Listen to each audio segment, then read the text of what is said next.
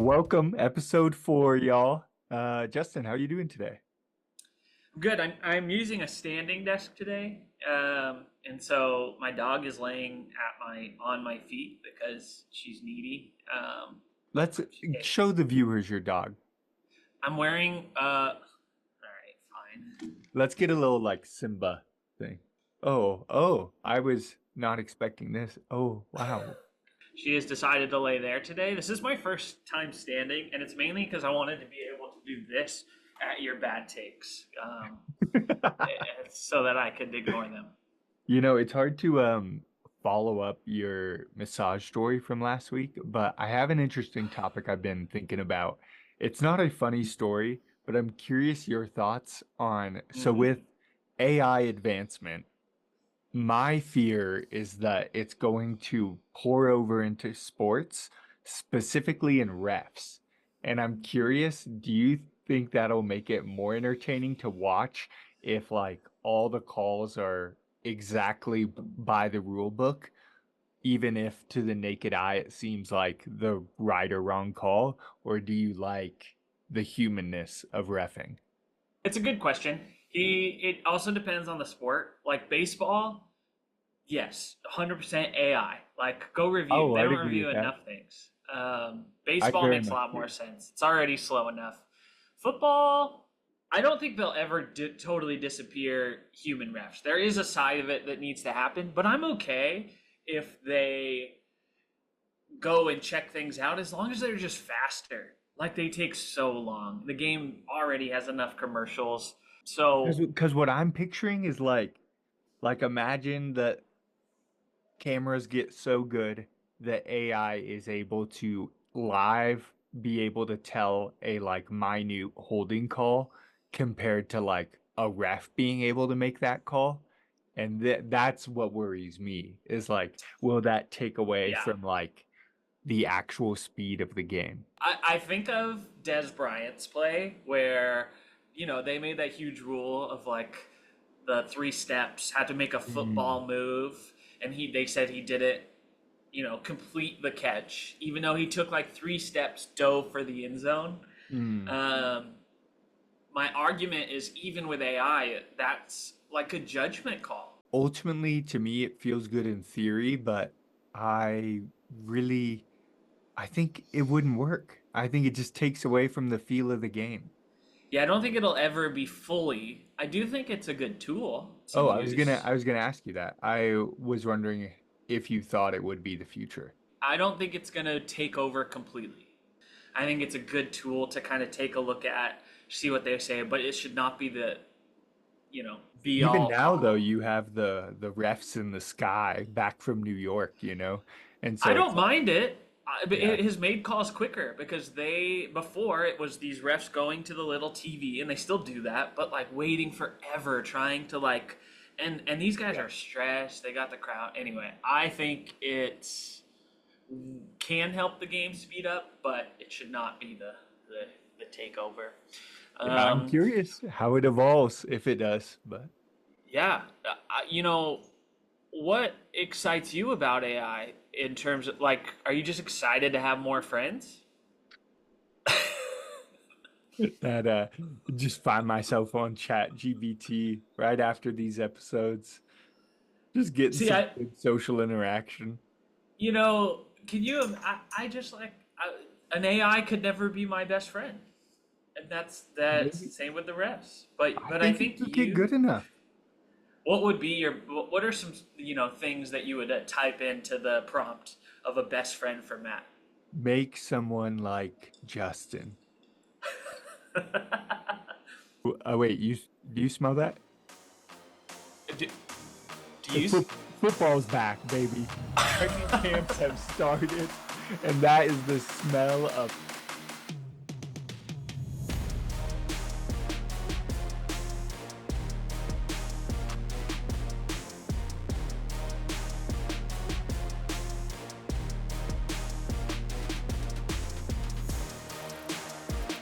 And that is the smell of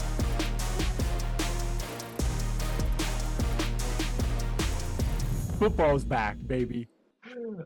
Training camps, y'all, they have started, which means that we are starting to actually get football news, and that's incredible. Most of it is going to be hearsay, a lot of just random reports that we need to sift through and ignore. We'll point out what we think is relevant and not relevant, but Justin, I'll hand it off to you. Anything sticks out to you from the last week or so news-wise? Yeah, the first one is the Raiders placing Michael Gallup on the retired list, which was kind of a surprise. But he's 28 and has had a big injury history. But he was someone I was kind of looking at as maybe like if Devontae went down or something like that, I saw him contributing. So Slight bump for Jacoby Myers in my yeah, head. yeah, and we'll talk about that later too. Yeah. And then other ones, I would say the biggest one is CD Lamb, potential holdout, at least from training camp right now. He doesn't have his contract. It's not something I'm worried about. I do believe they're going to pay him. If it gets really close to the start of the season, obviously we'll monitor it and a lot of dominoes would fall. But as of now, I expect him to play and get paid. Anything else from you? Yeah, same thing with Jordan Love. Very Mhm. similar situation. Yeah. And the last thing is just as training camps and preseason games get underway, we start to actually see some of the rookie hype again. And so I think everyone started to see Xavier Worthy and Patrick Mahomes connection began, him catching a long touchdown in Pat. And you got Malik Neighbors on the Giants making Odell-like impressions. So those are always fun to watch, and that'll affect the rookie ADPs, but we'll keep track of those and talk about preseason games as they come. My last one is we all saw coming, but it's Ayuk showed up to training camp because he has zero leverage. He could be like a mid-year trade candidate, but at this point, I'm not seeing any movement from him. Anyways, that's the fantasy news for this week, and we will hop into episode 4 of division previews. And the divisions this week will be the NFC West and the AFC West. So my home division, and then Justin, you have the honor of starting with the AFC West. Which team are we talking about first? We are talking about the Raiders. That was my best John Madden impression. That was pretty good. The Las Vegas Raiders, which still sounds weird to say. Starting off with QB, this is one of the QB battles we talked about. Aiden O'Connell, Gardner Minshew Magic. The kind of training camp news about Aiden is that he's an entirely new player. He is just buff and apparently has been working a ton this offseason. So he's someone who didn't play too bad last year and was kind of an interesting option, and it does look like he's going to win the starting job to start the season. I don't care about either of them for fantasy, but it does affect the rest of the team. And we'll start off with running back Zamir White. He's one of You my love sleeper him. candidates. I love Zamir. He was really efficient and effective when he did get a chance to play. Josh Jacobs is gone, someone who was a workhorse when he was there. I do see Zamir kind of taking over the workhorse back place. His backup, Alexander Madison, was really lackluster with his chance he got to start with the Vikings last year. So I see him getting a ton of workload, a lot of carries. He is my running back 19. His ADP is 24, so I do have him a little bit higher. He's someone that's just the reason I love him is not that I think he's going to be a top 5 or top 10 back. It's that he's so cheap for like a definite running back 3, maybe RB2 with his workload. I like him too. His range is right in the 0 RB range. So if you start with that strategy and you get a lot of elite wide receivers, he's someone Antonio Pierce loves. They want to give him 20 carries a game. My pushback, I know everyone is hating on Madison, but Madison thrived as Dalvin Cook's backup. And so that's my like rebuttal is does the same thing almost happen that will happen with Tony Pollard, where if he has short bursts and runs, does that make Madison more efficient than he was last year in the starting role? That being said, Zamir's going to get the majority of the carries. And like you said, the price is right. And so I'm with you in targeting him. I just think I don't know if RB1 is fully in the sights without an injury happening to Madison or a lot more usage than I'm expecting. Also, Moving quick on quick to, oh, plug go ahead. here. Justin has been working on run block win rate and offensive line ranks for almost the whole league. And we'll release that probably not in an episode form or maybe like a short form, but it's really, really helpful when it comes to being able to distinguish these ambiguous backfields of, okay, this line is awesome. Maybe I want to give this running back a shot in my draft. Moving on to wide receiver, we have the always fun Devonte Adams. I don't love the QB play that they had last year, and Devonte still thrived, got over 1,000 yards. He definitely didn't play up to what he could, but yeah, someone I'm gonna get if the value's there. Right now, I have him at wide receiver 9, and his ADP is 9, so right around where he should go. He is getting a little older, and obviously quarterback play is a question mark, so we'll see. Who I do get excited about, who was someone I was kind of staying away from before kind of reading into it a little bit more. We mentioned that Michael Gallup retiring really helps this person, and that's Jacoby Mayer. He quietly got 800 yards last year, and I didn't even realize that. Finished wide receiver 28. He catches a lot of touchdowns, surprisingly. I think Michael Gallup leaving with Devonte Adams maybe aging a little bit, that there's some targets that are going to go his way. Yeah, not a bad late bench though, especially since snake drafts you're gonna get him in double digit rounds. Auction drafts you're gonna get him at $1. So I'm with you Yep. there for the price. And on Devontae, he's quarterback proof.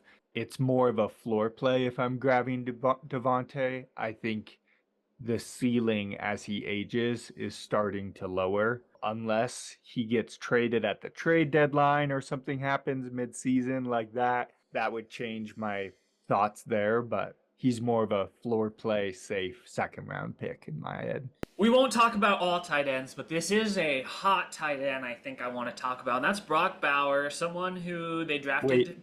hot as physically, or do you mean just ADP wise? He's hot. He's hot. Maybe So let's get a picture up and have our viewers decide.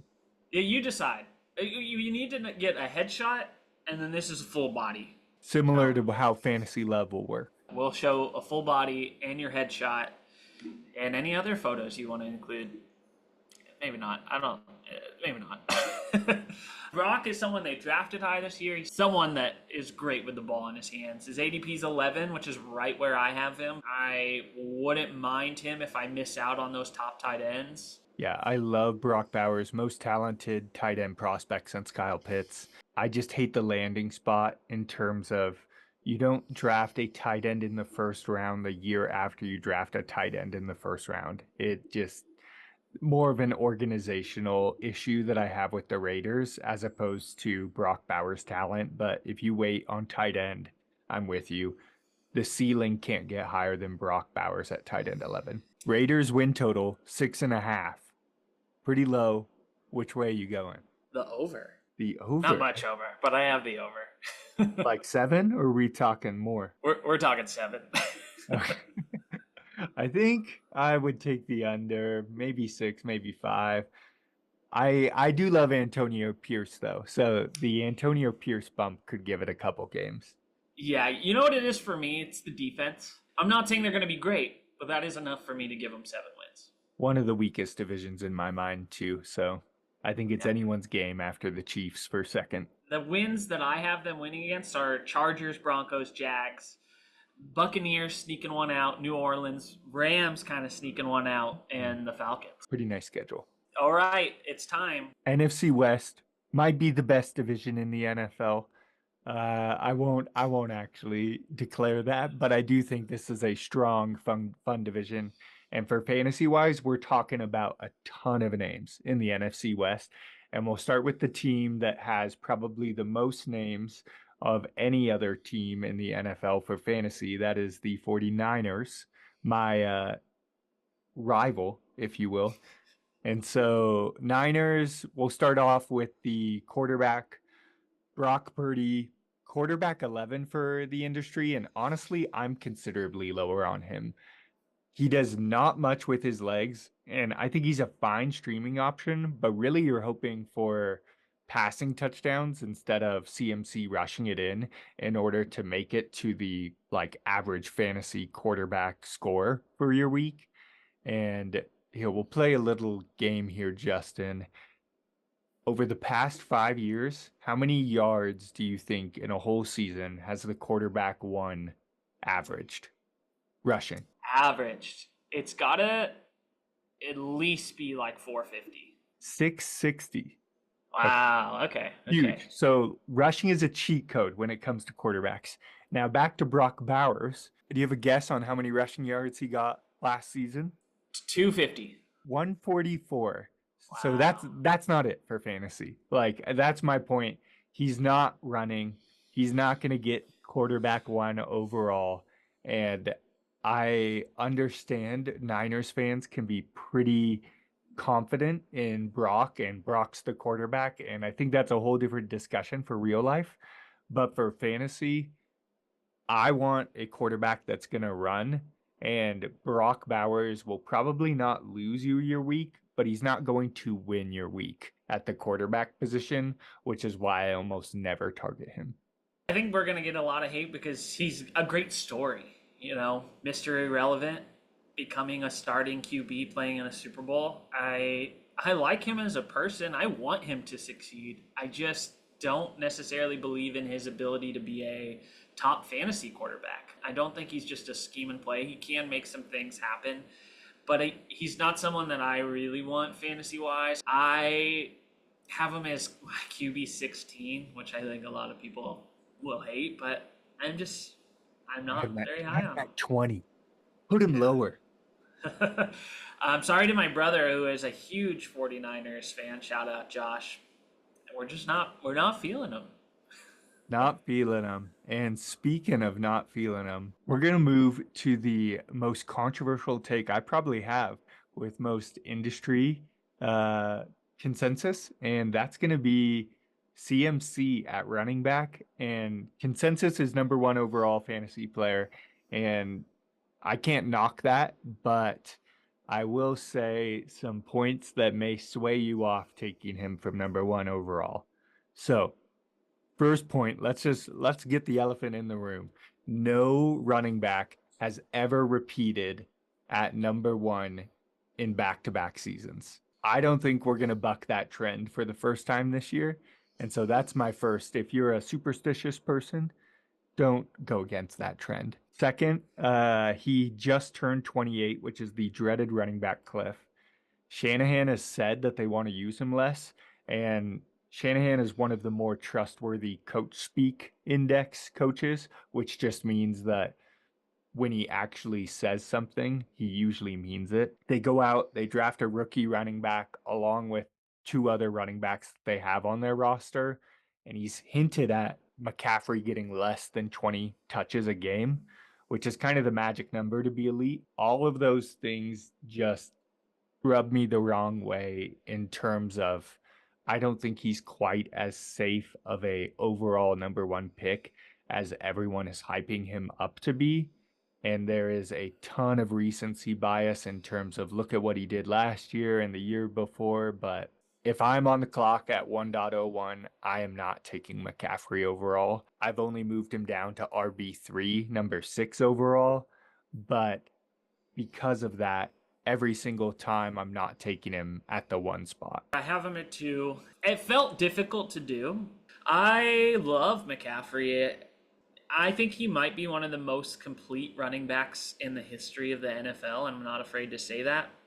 He is getting older, especially when you think of all the miles he has on him. The value is still there for the dump offs that he gets, especially when we talk about Purdy. He needs a safe outlet, and that's kind of his safe outlet is McCaffrey. I don't see him finishing RB1, but he's still a first round guy that if he fell to me at like 3 or 4, I'm going to hate doing it, but I'm going to take him.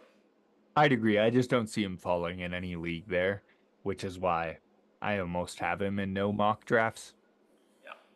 Receivers, this is also probably a hot topic, but we have Debo, industry ADP wide receiver 15, And Brandon Ayuk, who we've talked about a lot recently, wide receiver 11 in the industry, both really high prices. And honestly, I don't love either price. The crazy stat, Debo had 7 games last year with 10 or fewer points. Ayuk had 6 with 10 or fewer points. And that's exactly what the Niners pass catcher experience is going to be in fantasy football. You just have no idea who's going to get all of the touchdowns and yards every single game. And it's going to fluctuate from 0 to 30. So the floor is going to be really low, and we've seen the floor, and the highs are going to be really high. And so if you like a team that has a really high ceiling but a really low floor, then I would say great, go ahead and draft the 49ers. But for me, at wide receiver 15 and 11, the price is too high for a player that's just not consistent. I feel similar, yeah. I mean, you'd have to get Debo as your wide receiver one, maybe your wide receiver two if you went somewhere else first. And I just don't love that. I have him at 13 or 14, I think. And he's a unique player. It's just the workload that he gets. They always try and get Debo the carries and the ball that way. But his health is something that scares me for him. Ayuk, I have at 29. I think if he was a wide receiver one somewhere, I would love him. Other teams do not have wide receiver twos like Ayuk. Maybe there's like 5 other teams that have a similar situation. And a lot of those teams don't have a running back like Christian McCaffrey or a tight end like Kittle. Even And you, though, wide receiver 29 for Ayuk is significantly lower than wide receiver 11 with the yeah, industry. and it has nothing to do with him. It has everything to do with his situation, especially now that he's kind of like unhappy. Yep. And as of now, the rookie Ricky Pearsall is a non-factor for me in fantasy unless Brandon Ayuk does not play. So I'm operating under the assumption that Brandon Ayuk takes snaps for the Niners this year. The last pass catcher is going to be George Kittle, their tight end. Pretty just big name in the tight end like realm there. He's going as tight end 6. And to be honest, I just think there's a lot of tight ends that I have as a higher ceiling for fantasy. And he's a much better real life tight end than fantasy tight end, mainly because he does a bunch of dirty work in terms of blocking and setting up these Shanahan offensive schemes to perfection. And so you'll see him on the field a lot. He's going to be the same roller coaster where he'll have massive big games and then he'll have games where he gets maybe one target and one catch. And so I would much rather have Jake Ferguson or even David Njoku instead of George Kittle. But if I get him as my last tight end leaving a draft, I feel fine. Yeah, I have him as tight end 7. I feel a little bit better about Kittle. It did seem like maybe they were trying to get him more involved last year at times towards the end of the season. Some people argue that he's the best tight end in the league skill wise, and I totally see that argument.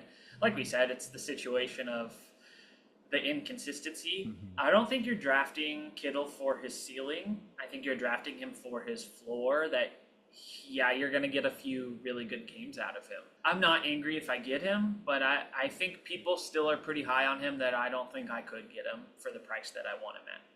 Completely agree. And just to wrap up the Niners here, they have one of the fewest vacated targets in the league, only 25 targets vacated.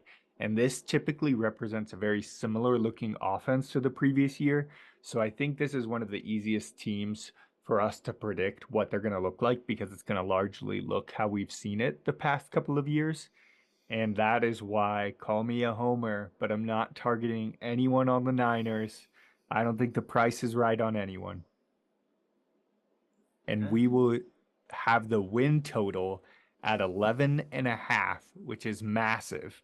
And I am taking that under. Yeah, I'm also taking the under. Not much under, but I'm taking the under. And if you're telling me you can get the under at 11 wins, like there's so much value there, it feels like, to just take the Yeah. under. All right. Next team in the AFC West, who we talking? We are talking the big, the bad, the defending Super Bowl champions, the Kansas City Chiefs. One of the reasons they're so good is their QB, Patrick Mahomes. Patrick's ADP is 3. He's my QB 6. He finished last year with pretty lackluster at QB 8, 12th in points per game. But he's averaged QB 4 as a fantasy QB. And, the hard thing with him is he's going to continue to run less and less as he gets older. He's already not running that much for my liking. I never get a chance to get Patrick Mahomes as a fantasy QB because his price is always so high. People love that name recognition. I just believe there are cheaper options that will help you win more than Patrick. I think you're even lower on him, but how low are you on Patrick? QB 10 for me. I'm completely out on him in terms of there's no way he falls to QB 10 in any draft, which means there's no way that I get him in any single draft. And I completely agree with you. His rushing has gone down and down and down, and their receiver talent has also gone down and down and down. And with Kelsey now seemingly disappearing during the regular season and only showing up during playoffs, his fantasy performances depend on him throwing 3 or 4 passing touchdowns every game, which I don't know if they'll get. I might disagree with you with how low you have him, just for the fact that he has never finished lower than QB 8. But here's something that I'm going to skip running back, come back to it. Because of these receivers, it is something we've never seen on the Chiefs before in terms of there are so many guys. Who you gonna call? Ghostbusters! Who are you going to call? Who is Patrick going to call? Obviously, it's probably Travis. He's 34. They're going to try and save him for the playoffs more often than not. He's got a lot of other interests in his life right now. He is not the person that I think he's been. He's still my tight end too, but you have Travis Kelce at the tight end position. You have Rashee Rice, Marquise Brown, Xavier Worthy, McCole Hardman, Kadarius Toney, Sky Moore, Justin Watson. And there's other names that you would know, but I'm just too far down the line. It supports Mahomes for sure, but it doesn't make me excited about receivers. They led the league in drops last year with 44 drops. Rashee Rice is exciting, but he's got a lot of issues this offseason. I think they'll wait to suspend him, as we've talked about. The likely scenario right now is the NFL and Roger Goodell want the legal process to play out, which likely means that he's going to start the season on the Chiefs. And I don't think that's currently baked into ADP. He's pretty low and Hollywood's pretty high right now. And I would imagine that if a suspension comes, it's probably going to come right around Thanksgiving time, week 10, week 11, in which case it would, if he is being awesome, then he wouldn't be available for fantasy playoffs for our purposes, but it could also be the following season that the suspension kicks in. He was someone I had so high before this offseason. He finished just under 1,000 yards. His ADP is 38. And that's actually where I have him right now, because I'm also one of those people that's a little afraid to spend that high on someone that could, be out when I need him in playoffs. But, they got a lot of speed this offseason with Marquise and Xavier. I don't necessarily believe in Xavier too much other than a flyer. He is going 43. I think I have him at 46. But Marquise always excites me. He's my 39. He's the ADP 39. I might move him up a little bit. I only have him one spot, as does ADP, above Rashee. But if news changes, what I'm hearing out of camp a lot is Marquise is getting a ton of big plays. Xavier's getting a ton of big plays besides the past couple days that he's been ill. But Marquise is, to me, the guy that excites me the most if Rashee is gone at all. Like I said, who are you going to call? I don't know. Who's going to disappear like a ghost? Probably all of them. Patrick threw touchdowns to 11 different people last year. And I'm a little afraid for the pass catchers. Similar to you, if I'm taking a shot, I'm taking a shot on Marquise. I don't mind if someone wants to take Xavier Worthy with one of their bench late picks. If someone does pop, great, you hit a lottery ticket, but I think there's a lot of good options in those receiver ranges too if you decide to go elsewhere. On a running back, Isaiah Pacheco, someone that I think people are really stoked about. The way he runs is really fun to watch. Just a hard runner, and when Jarek McKinnick went down, he got that running back workload that we have not seen from the Chiefs in a really long time. That being said, with the type of offense he's in, it tends to be a running back by committee. He'll still be the number one guy, but they like to get a bunch of other guys touches. He's a stud, but they're pass happy. I just don't think he has the workload for a top back. His ADP is 11. He's my 14, and I'd be a little nervous if I end up with him as my RB1. I think I have somewhat of a similar take. I really like the player, really like the talent. It's just the workload, like you said, he's not getting to the magic number of 20, and he is going to hum with the offense, which is great. He's going to be solid. He has a great floor for you, but he doesn't have the ceilings of Saquon or even Derrick Henry in my mind. What you got? What's the over under for them? 11 and a half. I have the over. I will also take the over on this one. It is a high bar there, but weak division. They've shown time and time again that they are going to get wins and grind it out. I'm at 13. Yeah, I'm not betting against them. I have them losing to the Ravens. I do have them losing to the Niners in like a shootout. Bills, Browns, and Steelers. All really good losses. teams. They're all reasonable losses. People might argue with me about the Steelers. I feel like the Chiefs have one really bad loss a year. Last year was the Broncos. Are you saying the Steelers are a really bad loss? I didn't say that, did I? It's just I was talking about the Steelers, and you said they have one really bad loss a year. Just coincidence. Coincidence. Okay. All right. Let's move on to the next NFC West team. Who we got? Yeah, we're going to talk about Rams, who I think are really fun. And in terms of quarterback, you all know Matt Stafford, great first name, quarterback 19 for the industry. And largely, I'm going to ignore him because for fantasy, he's not very relevant. I would maybe consider streaming him, but I'm not drafting him as my starting quarterback in one quarterback leagues.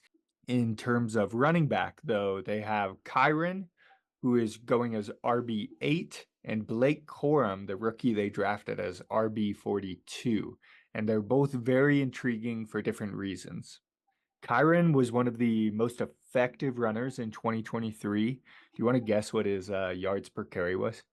If he's that effective, 5? Nailed it. 5.0. Right on the head. One of the highest, and 15 touchdowns in only 12 games, which is crazy. That's absolutely insane.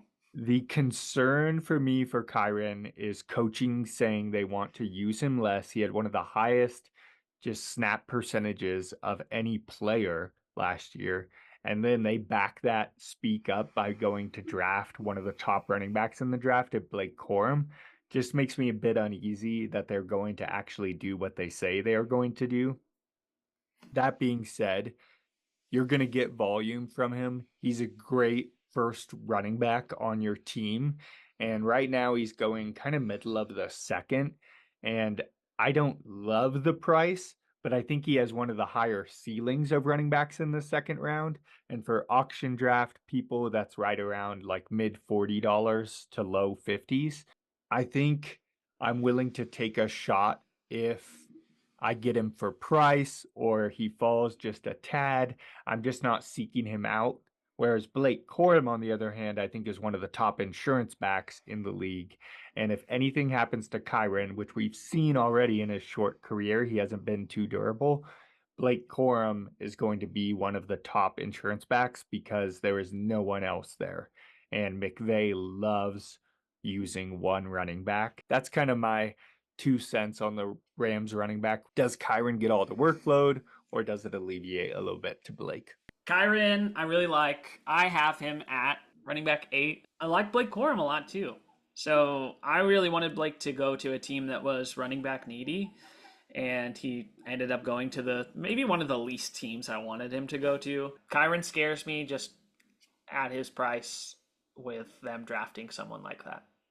Let's keep the fun going. These Rams pass catchers might be the most fun pass catchers in the league. We got Cooper Kupp, our sweet little Cooper Kupp, And then we got our Puka Nakua. King Puka blew up fantasy last year. I feel like the top question and desire is everyone is saying, who is this year's Puka? Why do you need to find this year's Puka when you can just go out and draft Puka? Wide receiver 8 Wow. and Cup wide receiver 21. I love both at their prices for different reasons. Let's get into their different prices and ADPs. But first, Justin, oh, do you know how many games they played together last year? I don't, off the top of my head, no. Okay, they played But 12 games together, which I feel oh, like that a lot of, surprises me. yeah, that feels surprising for a lot of people that they didn't. Like, I feel like seems like they maybe played less games. In those 12 games together, do you know or have a guess how many targets did Puka average? I think it's an insane amount because I have a fun stat that I'll share after, but eight? 8.5, which is pretty crazy. Elite That's wide nuts. receivers, there's only four in the league that average 10. No one averages Yeah. 11. And for the season, Puka averaged like 9.7 targets a game, which was wide receiver 6 overall in terms of targets. I think people are underestimating how well Puka did with Cup in the lineup. Granted, Cup was not fully himself. That being said, he's entering age 31, turns 32 late in the year. And so it's something where I like both of them for different reasons, which is what I was getting at. Puka, you have to get at the end of the first round. And I think he has an amazing floor. And the ceiling I think can only be unlocked if Cup gets actually injured, but I think he will do amazing enough for you if Cup stays fully healthy. And we saw those first four games when he was getting what, almost 20 targets a game without Cup was absolute insanity. If anything does happen, you're looking at a wide receiver performance that hasn't even been seen probably before. And then if Cup does stay healthy, he's not going to lose you your league by taking him as your first wide receiver. I just think you would maybe need to temper expectations of he's probably going to land right at wide receiver 9 or 10, but has upside of higher. I have Puka at six. If something that's really interesting is I didn't realize this. He led the league in drops last year. That doesn't scare me at all from him because number two was Tyreek. It just shows how much he was targeted. I have Coop at 21. He's one of the few guys that goes to quarterback room meetings. His commitment and his genius, I would say, at the receiver position. He's always going to be effective as long as he's in this league and healthy. But to play the other side a little bit, the fear maybe for people who are staying away from them or have them a little lower is, is Coop healthy? Does he take away from Puka?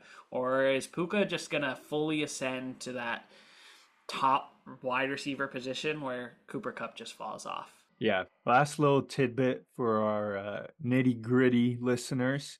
Puka has been working out really hard this offseason with Cooper Cup, and he looks jacked now. He actually lost 10 pounds, but he is like all muscle compared to what he looked like last year. He looks like you, honestly. He looks huge. So And he's so been doing nothing but eating Pop Tarts and doing Zumba in his free time? that's I think that's what he said his secret is. If you didn't see him in the like celebrity basketball all-star game, Puka can dunk too. So just to finish pass catchers for the Ram, uh Tyler Higbee is recovering from a torn ACL. I won't be drafting a Rams tight end. There's better options. Next. Very similar to Niners, only 31 targets vacated. And so this offense is actually going to look really similar to how it looked last year. Main difference is how does Blake Corum fit into the picture? Really, I find myself getting Puka and Cup a lot in mock drafts. I love getting at least one of them. And then if Kyron falls, I'm not afraid to be the one to take a stab at Kyron. Over under win total for the Rams, it's sitting at 8.5, a bit high for my liking because I don't love the defense, but I think I will put them at 9 purely because Sean McVay gives me the edge that they can squeak out some close wins. I also have them at 9, right at 500. The offense is what's going to carry them. Here we are, halfway through our NFC West, AFC West. Any fantasy love updates from you or anyone you want to put on the spot here? All of my friends are married, engaged, or have kids, so I don't have anybody. What about you? Who do you got? Who do we got? We have today, we want to highlight a beautiful man, Dan Pruitt. We'll put up some Wow. pictures of Dan. Dan is funny, full of life, one of the best conversationalists I know, and honestly is one of the most genuine, wholehearted people, even though he is a Bears fan. If you're at all interested in Dan, please DM us. Yeah, Dan, who knew it, Pruitt. He steps up on the scene. Little do people know, he is a mixologist of sorts. He likes to play with flavors, maybe unique flavors to the Mm. palate. He will mix cinnamon with more cinnamon, and then he takes a little mozzarella cheese and puts it on top. And you think, what the hell is this guy thinking? But you drink it and you think, well, this guy's creative. And that's Dan Pruitt.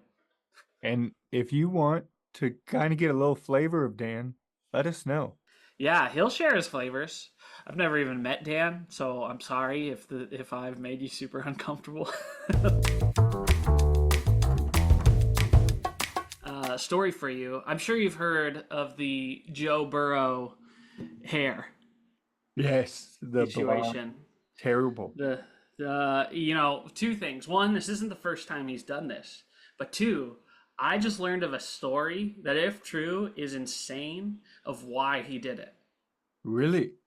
Yes. So apparently, Joe Burrow does a lot for like cancer patients and stuff. And so he had this family reach out to him and said, "Hey, can you come to meet this kid who has cancer?"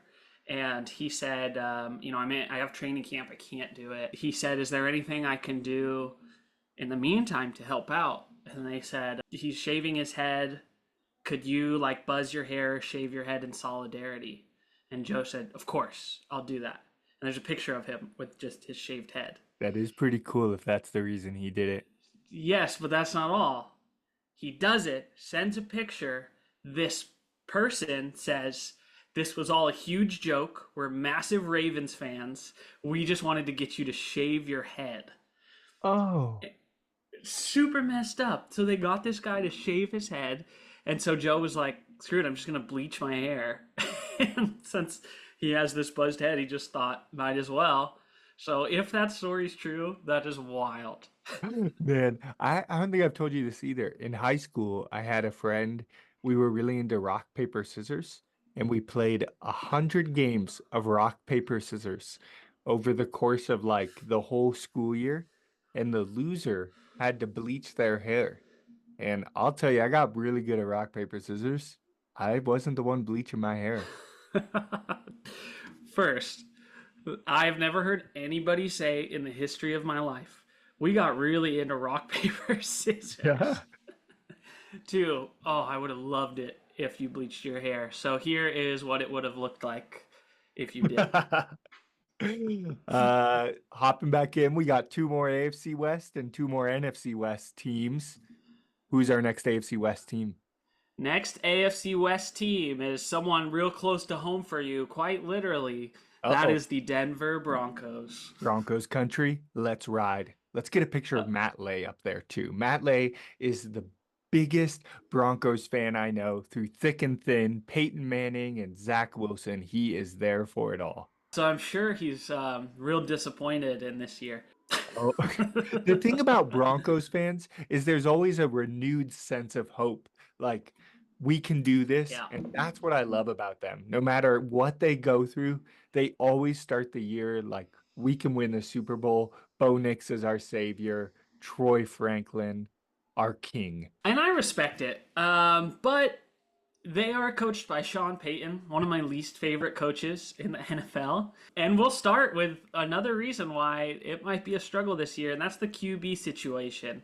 They are another team that's technically in a quarterback competition with Bo Nix, Stidham, Zach Wilson, but they have yet to name the starter. If it's not Bo Nix, I don't know what you're doing. You've seen enough from Zach Wilson and Jarrett Stidham that you know those aren't the answers. Obviously, with Bo, I have to put this on out of respect, but yeah, I am not looking at Bo or any quarterback in fantasy regardless. But We'll have to. so This is an interesting just side piece. We'll put this graphic up for you all. But it was since they won the Super Bowl in what was it, 2015? Uh, it was like Broncos fans made Super Bowl, missed playoffs, missed playoffs, missed playoffs, missed playoffs, and it was like 10 years straight of missed playoffs after the won the Super Bowl. And would you take that as a fan if you knew you were going to win a Super Bowl to miss the playoffs for like the next 10 years? if your answer is not yes every time, then I don't think you're a fan for the right reasons.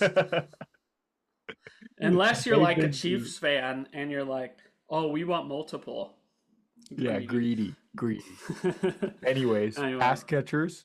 yeah, pass catchers, we got an interesting situation. Obviously, we got Cortland Sutton, who kind of took over, was kind of the wide receiver one with Jerry Mhm. Judy. He's not around anymore. I really like Cortland.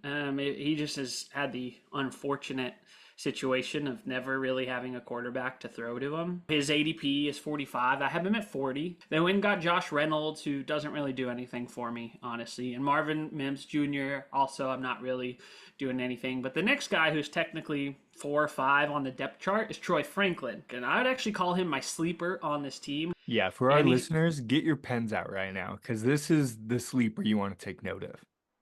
This is a sleeper you want to take note of. His ADP is 71, which is insane. He's playing the Jerry Judy role. Sean Payton, as much as I dislike him, loves that kind of role that Troy Franklin will play.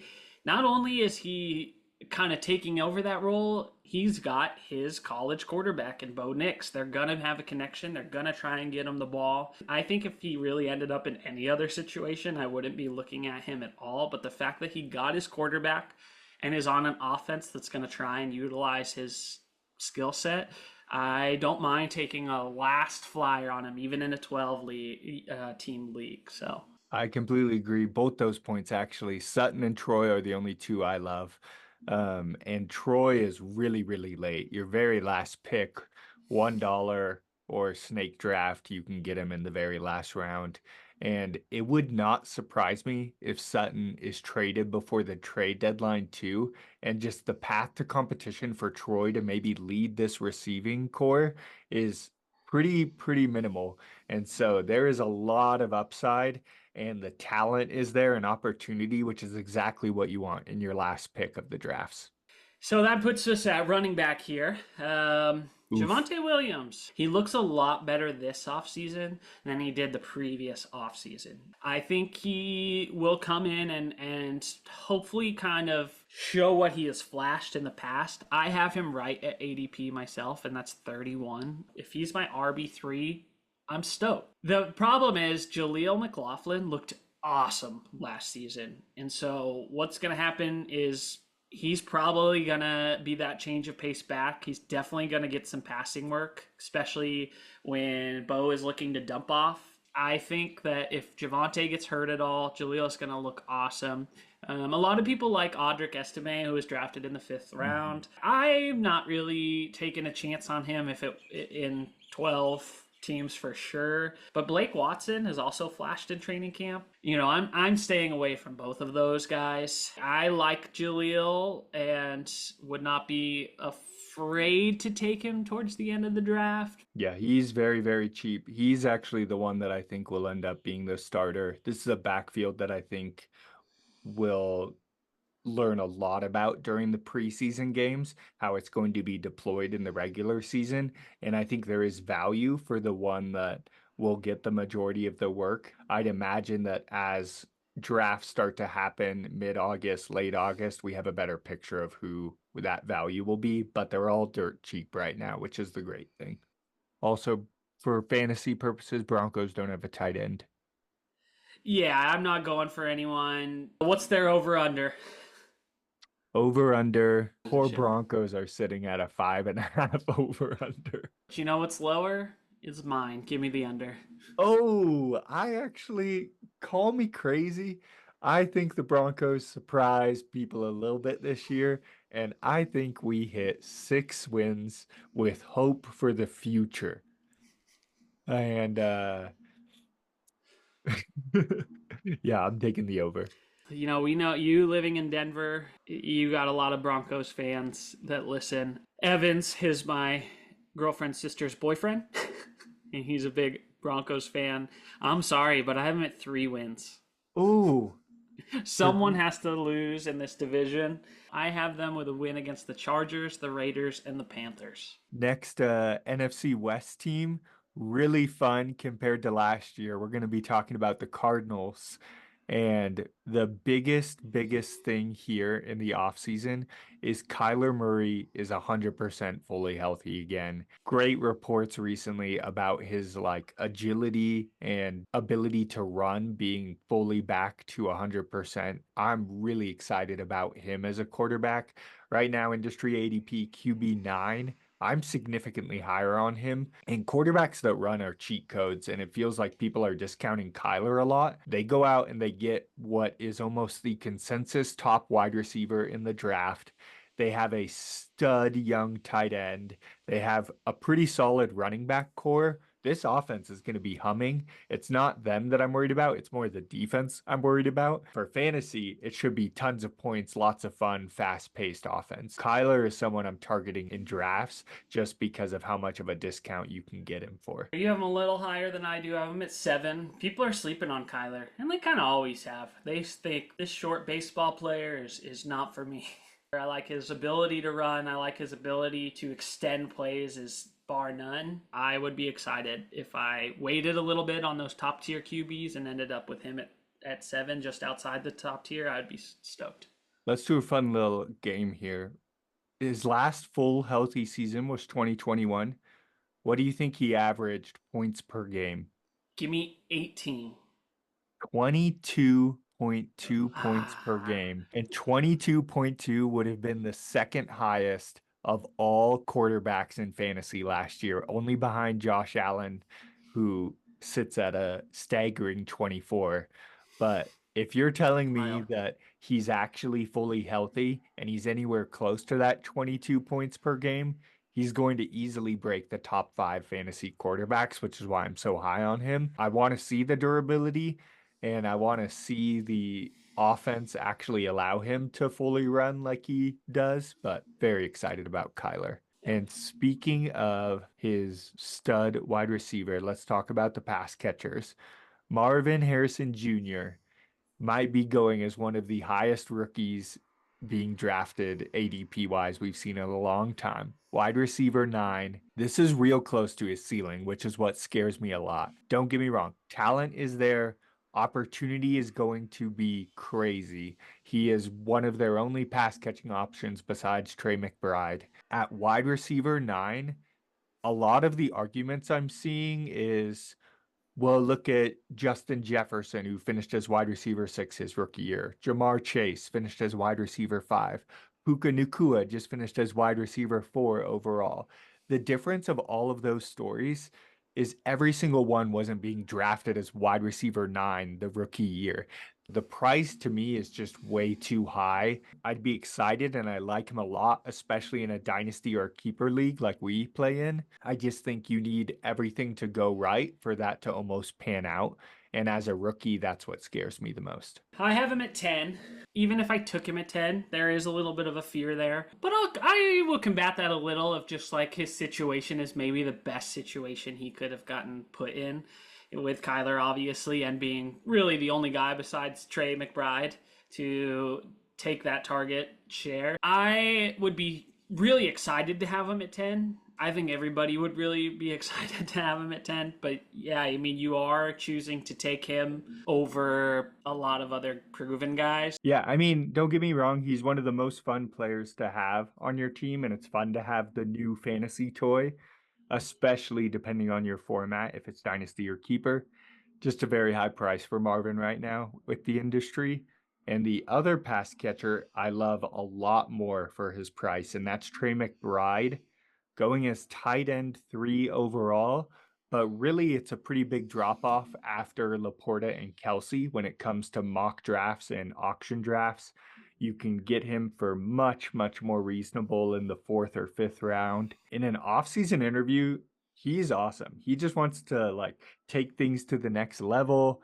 He's really excited. He got 108 targets with 81 catches last year, which is a crazy catch rate, like almost 80% plus. Really durable, didn't miss a single game, averaged 6.2 targets per game. You can't ask for much more from the tight end position. Marvin Harrison's going to eat into a lot of the targets, but they got rid of Hollywood Brown, which we mentioned with the Chiefs. It's really a net neutral for me for Trey in terms of lost some targets and gained some targets. Ultimately, the team vacated 217 targets. I'm assuming a good portion of those will go to Marvin Harrison, but Trey will get his too.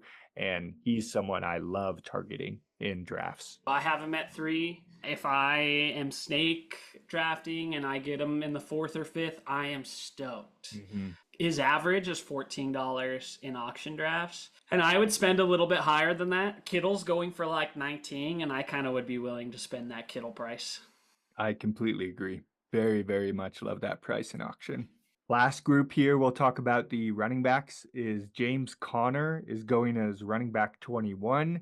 And the rookie they drafted, one of the more hyped up running back rookies, Trey Benson, is going as ADP 39 for running back. So much more reasonable for Trey Benson. And the hype is real for him. I like him a lot. He's a really, really, really good player when he gets the ball in his hands, breaks a ton of tackles. And the interesting tidbit here to note, James Conner has never played a full season in the NFL, which is absolutely crazy. And if that trend holds, Trey Benson is going to be extremely valuable for those games that he does miss. And the kicker, though, is I think people believe it'll be a lot more of a split than the Cardinals are letting it on to be. The Cardinals are kind of saying it's going to be the James Conner show. That's what I really want to see play out in the preseason is how does Trey look? Is it going to be more of like a 60-40, 70-30 split? Or is Trey Benson really just playing backup to James Conner? I think both are fairly priced, but right now I find myself not targeting James and targeting Trey Benson as a late round bench pick. James Conner for me is, I would be excited to get him as running back 2 or 3, just for the fact that he gets a lot of goal line work and he is a really consistent back. I think he's really undervalued. I talked about him as an unsexy pick. Just he has some of the best hands. Yeah, he can do a lot, but he's not like the superstar. Unless he gets a lot of touchdowns, he's not going to be a top 10 back, especially this year as he ages. The thing that excites me about Benson and Conner is that maybe Conner gets to stay healthy for a full season with someone getting a little bit more work. Benson, I just don't think is going to get the goal line carries. So I do think he's probably the running back of the future for them. And as the season goes on, I think he's going to get a lot more work. And I'd be excited to take him at his ADP. But yeah, I think it's going to take a little bit of time before we see the fruits of that pick. Cardinals are sitting at 6.5 wins for their over-under. I really am more scared of this defense than I am the offense, which is why I would take the under on 6.5. Which way are you going? I disagree with you. Ooh. 10 wins? 8 wins. Give me the over. 8 wins. Okay. Yep. That's a little bit over. 1.5 over. I just think with a fully healthy Kyler and finally 2 really good pass catchers with him healthy, and I like the line. The defense, yes, is a struggle, but I think they're going to slip out some games. Take us over to the Chargers. To the Chargers. Let's charge, baby. Time. They do have a really fun quarterback. He is my 13. His ADP is 15. People are really low on him this year, but I think he's actually a great fantasy option if you miss out on a lot of quarterbacks and decide to draft heavily elsewhere and you're like back at the end of the draft and you just need someone. I know he lost Keenan Allen. He loses everybody but Josh Palmer, basically. If you punted on the position, I don't think it's wrong to go with him. I don't think you're hurting with him as your QB, especially because you're going to get him for so cheap. Moving on to our pass catchers, we do have Josh Palmer, who he had some moments when Keenan and Mike went down. I'm not really targeting him or wanting him unless it's like he fell to me at the end of the draft. His ADP is 57. I have him at 54, a little bit better, but not much. You have DJ Chark, you have Quentin Johnson, Brandon Rice. All of those I do not care about. Give me Lad McConkey, a guy whose ADP is 43. He's my 41. The Chargers have a ton of vacated targets. I think he picks up a lot of those. Depending on the format you play in, I think this is one where if you are in a full PPR league as opposed to a standard or half PPR league, Lad gets an even bigger uptick in full PPR. He's not going to be your huge yards after the catch monster, but he's going to get a lot of volume and catches and just rack up PPR points. Like, I imagine that he's going to be hammering close to that Puka line of like 8.5 targets per game. And if he can catch 7 balls, that's 7 points right there from PPR alone. Like you said, there's no one around him that scares me. You know, John Harbaugh loves to run the ball, but I don't love the situation right now. You got J.K. Dobbins, who in the past has been a really talked about guy to maybe be a top running back in the NFL, but just has dealt with so many injuries. He is my 46, his ADP is 49, so I do have him a little bit higher. But the guy above him is Gus Edwards, who is a touchdown guy. He's a first and second down kind of guy. I have him right at ADP at 41. I am a little worried. He's 29 and the type of play he has scares me a little bit. But the person that I do really like, that I think you're going to love, this is my sleeper running back of all sleeper running backs in the NFL. This is the guy that I think could end up as an RB1 for the Chargers before the year's up. And that's Kamani Vidal, baby. Kamani Vidal out of Troy. His ADP is 51. And I think he could easily take over. You have a 29-year-old bruising running back in front of him and an often injured J.K. Dobbins. This is a hot take. Are you saying you would, 12-team league, let's say you get 5 bench spots. Are you filling up one with Vidal? I'm highly considering it, although I do think nobody else is thinking this, so I might be able to get away with watching a game or two and getting him off the free agency. There's probably going to be guys that I need to get on my roster before him because it's going to be a while. So it would scare me to have him on a low bench, fantasy league because he's not going to do a lot for a little bit. But I really do think by the end of the season he's going to be the RB1 for the Chargers. Interesting. I think my take on this running back room is it's anyone's game who gets the RB1, but I do think it's worth it to take a flyer on one of them because they all are going way too late in drafts for a potential starting running back. If you can get Gus Edwards, J.K. Dobbins as one of your last spots on the bench, I'm fine with it. I'm saying it now. When Vidal is getting taken really early next year, I called it here on this podcast. That's true. You get all the credit there. I won't bid him up for you. 8.5 wins set for the Chargers. I really am scared by this line. This feels like Vegas knew what they were doing here. It feels like they gave an extra half point for the Harbaugh edge. And so I'm going to take the under, but I don't love taking the under.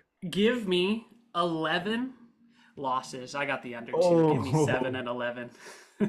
You have me going there. I know. I have them with wins against the Raiders, Broncos, Panthers, Saints, Titans, Patriots, and Cardinals.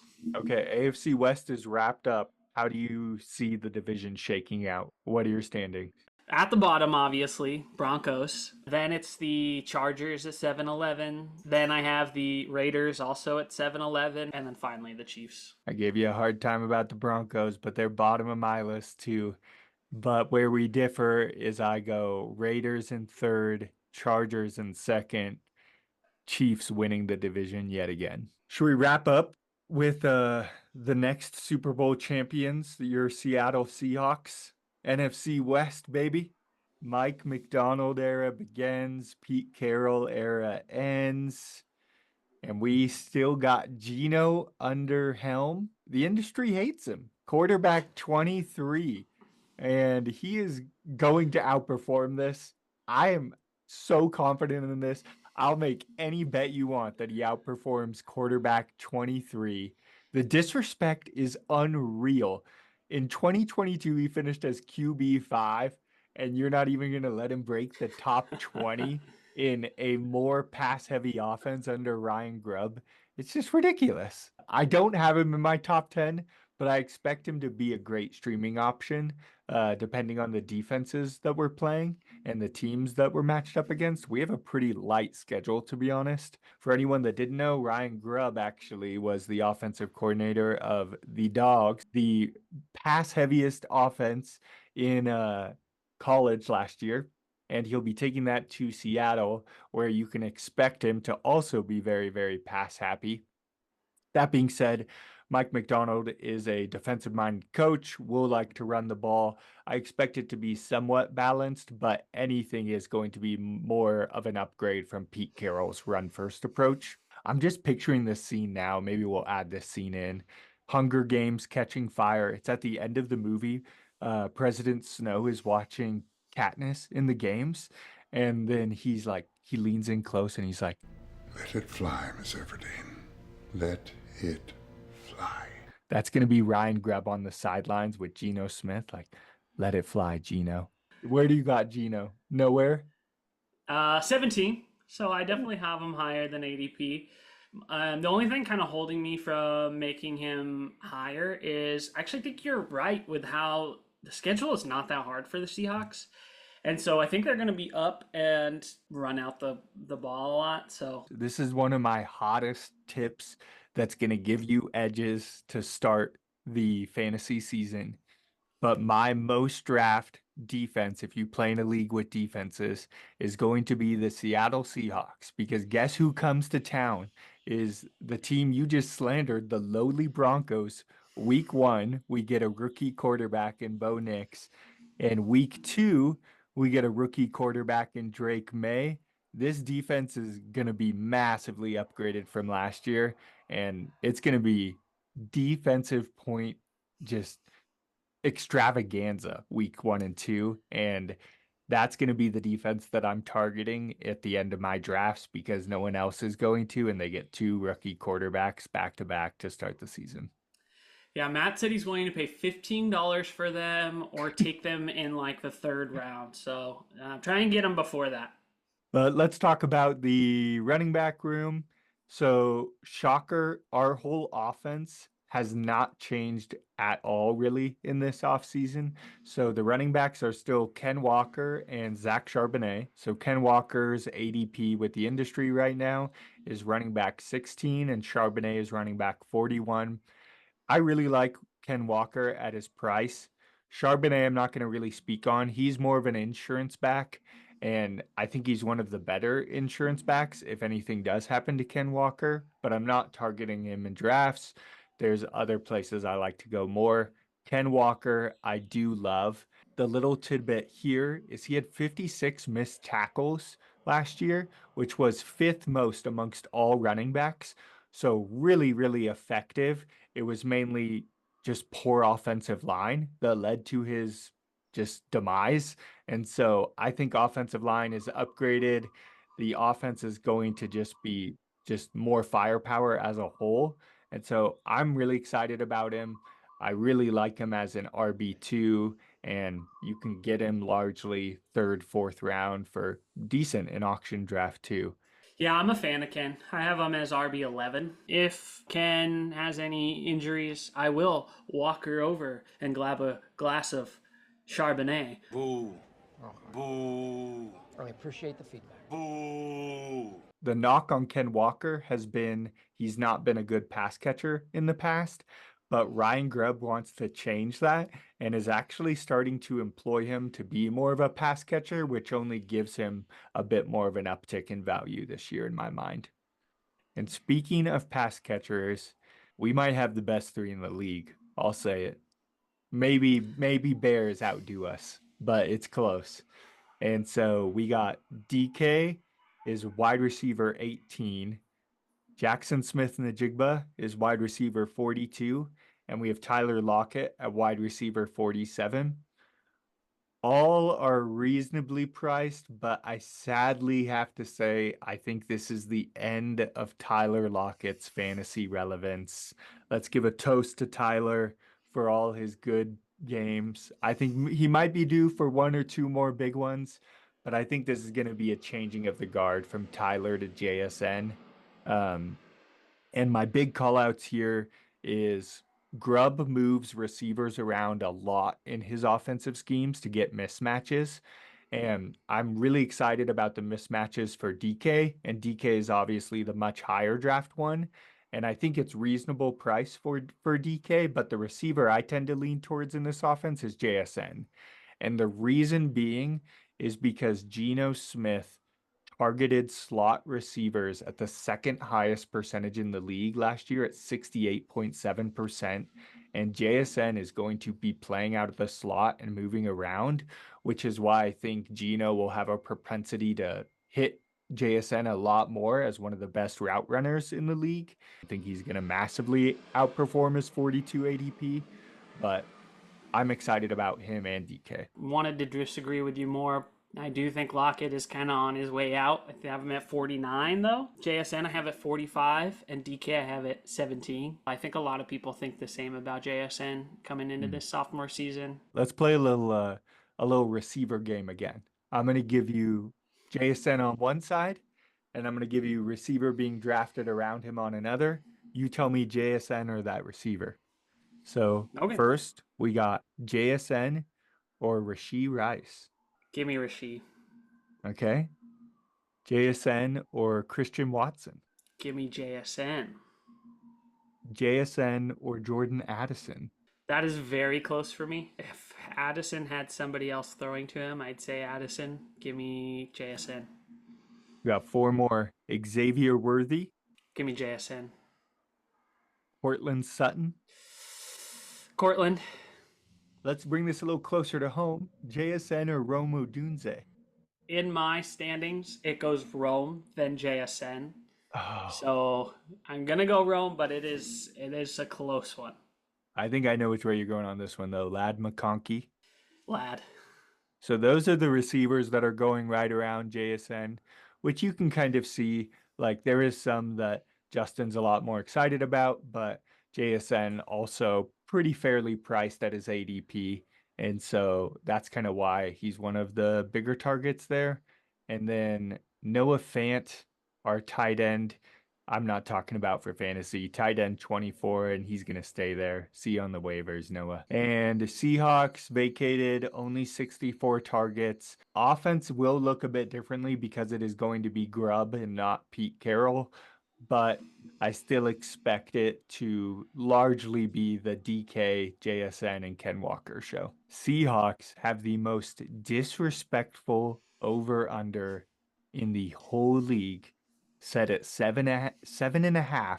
If this doesn't smash the over, I don't know anything about the NFL. We're smashing 7.5. Like, I'm not telling you to get a second mortgage on your house and put it all on the over, but I might. Not that I have a mortgage. Rumor has it you might have them at double-digit wins. Rumor is correct. I have them at 11 wins, Matthew. That's huge. That is, if you're a Seahawk fan out there, you're welcome. I'm with you guys. Shout out to Kellen, one of our most loyal listeners. And how do you see the division shaking out? Give us the standings. Cardinals in last. Give me the Rams. Give me the Niners. And give me the Seattle Seahawks. Woo! At the top of the division. Here we go. Cardinals were aligned. Niners demise in third. Wow. Rams in second. Fly, Hawks, fly, baby.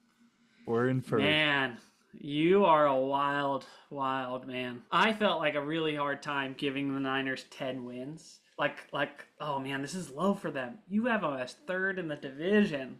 We're not here to just give copy and paste takes. We're here to give you the hot takes. That is hot, my friend. You Maybe- lit a fire in that take. Maybe one of these future episodes, we'll do a hot ones where we eat like the really spicy wings or peppers as we give our takes. Yeah, how will you know if mine's actually hot or not? That's true. We need a third part. That's going to do it. NFC West, AFC West, folks. We'll be jumping to the NFC South and AFC South next week. But thanks for watching during work hours. And as always, we hope this was the best part of your day. Thanks, guys. See you next week.